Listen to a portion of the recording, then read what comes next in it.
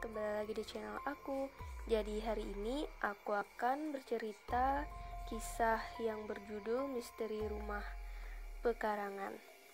Ada seorang laki-laki kira-kira berumur 48 tahun. Laki-laki ini bercerita tentang pengalaman hidupnya. Beberapa tahun yang lalu dia mengalami sakit parah.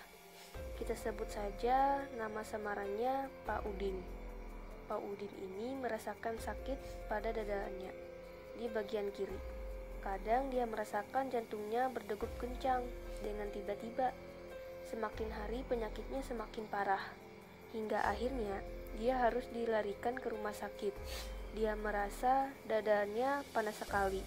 Namun ketika diperiksa oleh dokter mengatakan jantungnya baik-baik saja. Tapi Pak Udin ini yakin kalau yang dia rasakan itu adalah bagian dada kirinya. Tapi setelah diperiksa dokter, jantung dan paru-parunya, Pak Udin sehat dan baik-baik saja. Kalau tidak salah, Pak Udin ini mengatakan kalau dia sempat di ronsen dan hasilnya normal. Tak ada penyakit yang menempel di paru-paru atau jantung. Obat yang dikasih dokter pun tak mengurangi rasa sakitnya. Seminggu lebih dia dirawat, namun penyakitnya malah semakin parah. Akhirnya, kakaknya Pak Udin memutuskan untuk membawa pulang Pak Udin dari rumah sakit. Pak Udin ini dibawa kepada seorang ustadz. Pak Udin dikasih air putih yang dibacakan doa oleh Pak Ustadz. Kemudian Pak Ustadz menyarankan agar Pak Udin ini membaca doa seperti membaca surah Al-Falaq 40 kali dan surah An-Nas 40 kali dengan niat memohon kepada Allah agar penyakit yang kita derita ini disembuhkan. Pak Ustadz bertanya, apakah sebelumnya Pak Udin ini pernah ada masalah dengan seorang karena sengketa tanah? Pak Udin mengiyakan kalau dulu dia memang pernah ada ribut dengan seseorang. Pak Udin pun paham kalau penyakit yang dia derita ini adalah kiriman dari seorang yang menaruh dendam kepada dia, dan dia tahu siapa orang yang melakukan santet terhadap dirinya. Selain meminum obat secara rutin, Pak Udin ini membaca surah Falaq dan Anas setiap malam. Pak Udin juga diberitahu oleh Pak Ustadz kalau di pekarangan rumah Pak Udin ditanam sesuatu oleh seorang dukun.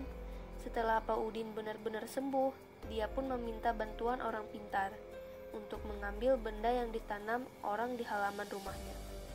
Dan nyaris tak dapat dipercaya, orang pintar mendapatkan benda aneh berupa patung berukuran kecil, bercampur benda-benda aneh lainnya, diambil dari dalam tanah pekarangan rumah Pak Udin. Dan setelah beberapa bulan kemudian, nampaklah orang yang dicurigai Pak Udin sebagai pelaku santet mengalami sakit selama beberapa bulan. Nampaknya pelaku santet ini telah dikembalikan oleh Allah perbuatannya berkat Al-Falaq dan Anas yang selalu diamalkan oleh si korban santet, yaitu Pak Udin. Semenjak kejadian itu, Pak Udin merasa trauma. Dia pindah ke rumah saudaranya. Rumahnya dibiarkan kosong. Semula dia mau jual rumahnya, tapi belum ada yang berniat membelinya. Sampai sekarang rumahnya tetap kosong. Pak Udin hanya jarang-jarang datang ke sana sekedar untuk melihat-melihat keadaan rumahnya. Nah, jadi seperti itu guys ceritanya. Sampai di sini dulu ya akhir kisahku hari ini. Wassalamualaikum warahmatullahi wabarakatuh.